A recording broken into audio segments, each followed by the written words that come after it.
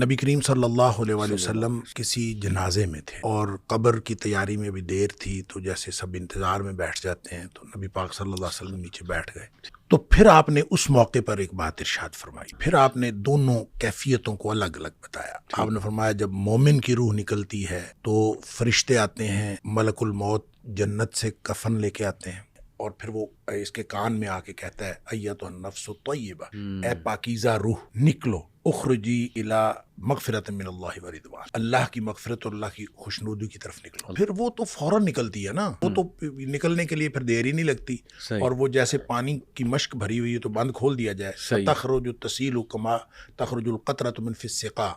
وہ نکل جاتی۔ تو دوسرا جو ہے، جب وہ کافر اور منافق کی موت کے لیے جب فرشتے آتے ہیں تو نبی کریم صلی اللہ علیہ وسلم نے فرمایا وہ جہنم سے بدبودار کفن لے کے آتے ہیں، تو ملک الموت ہے وہ اس کے کان میں آ کے کہتا ہے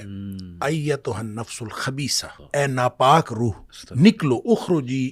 باہر نکلو، الی سخط من اللہ و غضب، اللہ کی ناراضگی اور اللہ کے غضب کی طرف نکلو۔ آپ اندازہ کریں جس کو یہ کہا جائے اور ادھر دنیا میں پڑے ہوئے اس کو یہ خبر مل جائے کہ اللہ کی ناراضگی اور اللہ کا غصہ میرا انتظار کر رہا ہے، تو وہ کیوں نکلے گی؟ پھر نبی پاک صلی اللہ علیہ وسلم فتفرق فی جسدہ، وہ پھر جسم کے اندر چھپتی پھرتی ہے، تو پھر فرشتے جو ہیں وہ فینزعہ، وہ پھر اس کو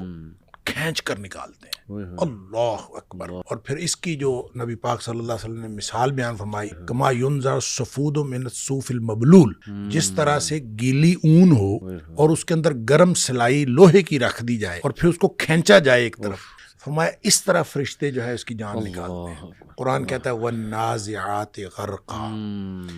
ڈوب کر کھینچ لینے والے فرشتوں کی قسم، سبحان اللہ، والناشطات نشطا، اور بند کھول دینے والے فرشتوں کی قسم،